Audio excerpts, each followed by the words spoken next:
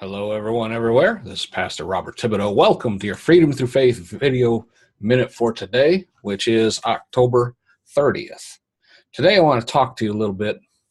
We've been studying the crucifixion, the events leading up to the crucifixion, how the arrest of Jesus, the trials before Pilate, and how everything was illegal. Any first-year law student be able to get Jesus off if Jesus wanted to get off, get out of the crucifixion, get out of the trial. He could be easily found not guilty, but he willingly put himself in position to be crucified. Now we're going to look at exactly what that crucifixion is. We're going to look at it today from the physical standpoint very quickly. I've got an entire series on what the cross through the eyes of God and the things Jesus suffered on the cross. We're just going to highlight some of the things today.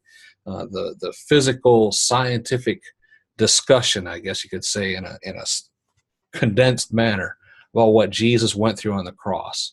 Now, at the time of crucifixion, that was the worst death. That was, the modern day equivalent of the electric chair. Only the worst criminals condemned by death would suffer the cross.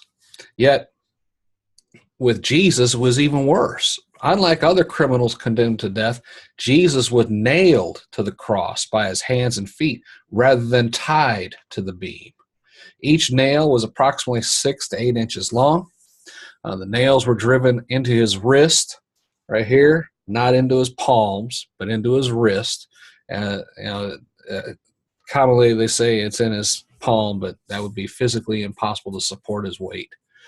There's a tendon in the wrist that extends all the way to the shoulder, and the Roman guards knew that when the nails were being hammered into the wrist, that tendon would tear and often break, forcing Jesus to use his back muscles to support himself, and that's in an effort to tire him out so he could not breathe.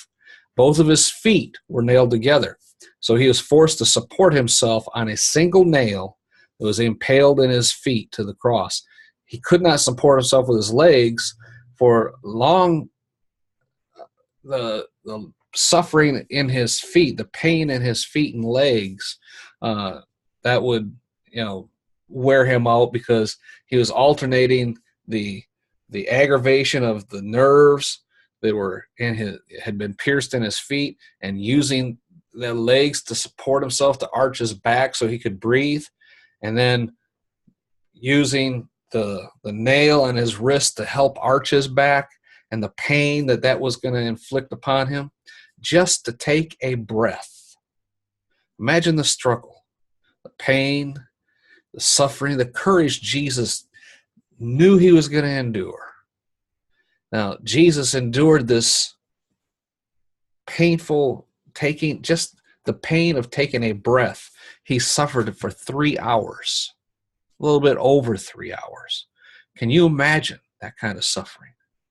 Now, a few minutes before Jesus died, he stopped bleeding. He was simply pouring the body coagulant, the white blood cells and all that from his wounds. Common images we see, his hands and feet, even a spear wound to his side. But do we remember how many wounds his body actually had? I mean, a hammer driving large nails through the wrists, the feet overlapped and a nail hammered through the arches, a Roman guard piercing his side with a spear. And before all the nails in the spear, Jesus was whipped and beaten mercilessly. I mean, the whipping was so severe as it was tearing flesh from his body. The beating was so horrific. His face was torn. His beard had been ripped off of his face. The crown of thorns, each one with 2 to 3 inch long thorns, was forced into his scalp. Most men would have died during the beating. They would never have made it to the cross. Jesus literally had no more blood to pour out of his wounds. You see, the human adult body contains just over 1 gallon of blood, about 5 liters. And Jesus poured all 5 liters. Scientists say he would have bled out. he had poured out all 5 liters of his blood. He had 3 nails hammered to his body, a crown of thorns on his head. Beyond that, a Roman soldier who stabbed a spear through his side.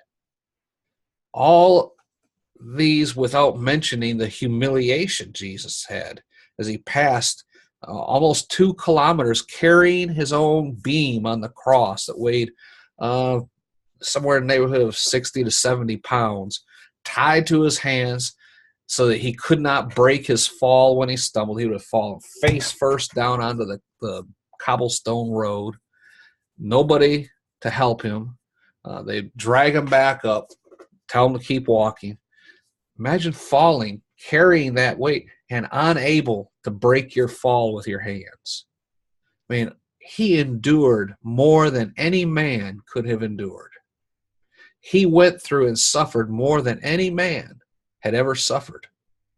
Because on top of the physical things we just talked about, he had to put up with and absorb into his own being the penalty for all sin, for all men, for all time. And he did that just so that you would not have to do that.